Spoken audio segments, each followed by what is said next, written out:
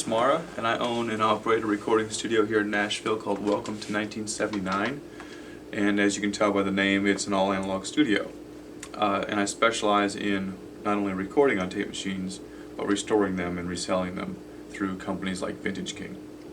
Adam from NTS had asked me to talk to you guys about a few things to look for in a tape machine if you're going out and looking for one.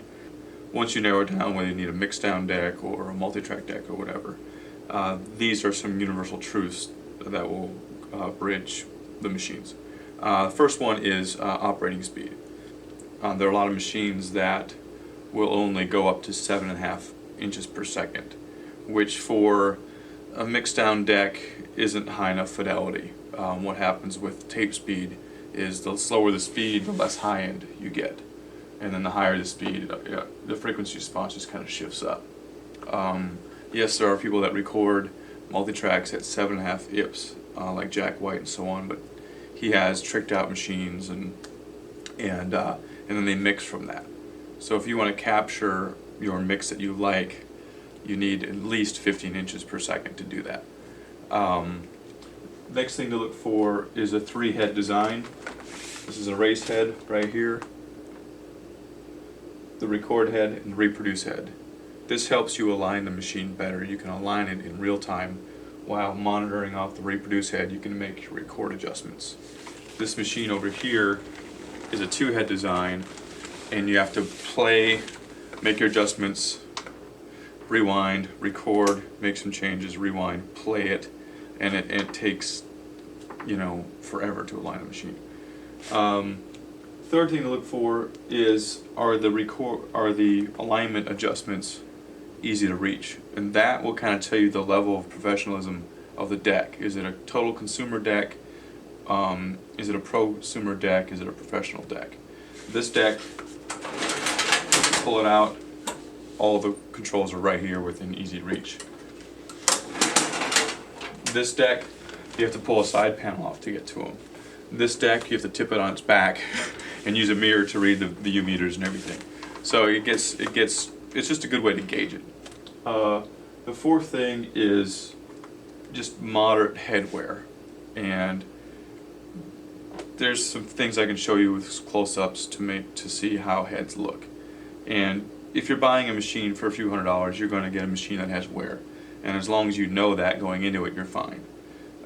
If you start spending thousands of dollars on a machine, it should have moderate head wear. And the fifth thing to look for is price. Can you afford the machine? Will it fit your needs? And is the price point of the machine worth repairing if something should happen? Classic example is a lot of machines, once they have a major problem, aren't really worth fixing. The repair costs eclipse the worth of the machine. That's fine if you just want to keep pouring money into it, but a lot of times I recommend buying a $300 or $400 machine and just knowing that, hey, if something breaks, you just go get another one, which is fine if you know that going into it. And it's all about how you want to use it and how much money you dedicate to recording in your life. These are all decisions that you can make. 5 things to avoid. Well, I've only got 3 things to avoid, because tape machines are real fun. I would avoid machines that were made before 1975, 1976, right in there. They're just old, and they don't punch in great, and they don't have constant speed with the capstan motor and all that kind of stuff. A lot of them didn't even have counters at that. That was like, that was a long time ago. And with ads on the internet where the person selling the machine has no way of testing it, don't buy it. If they can't plug it in and see it turn on and put a piece of tape on it and at least make sure it pulls tape, then something is wrong with it. They're telling you a lie. I get pictures all the time of machines that are off, and they're like, oh, we can't test it. You can't plug it in. So I would avoid that. That's a red flag.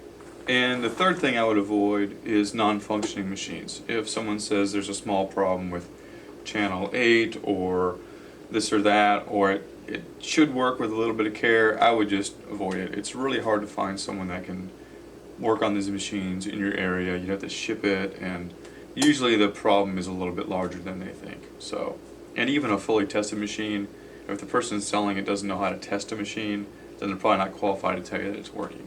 So just kind of walk into this with eyes wide open, and you can reach out to people like me. I get emails all the time, and sometimes I ask for a small consulting fee if it's going to save you some money.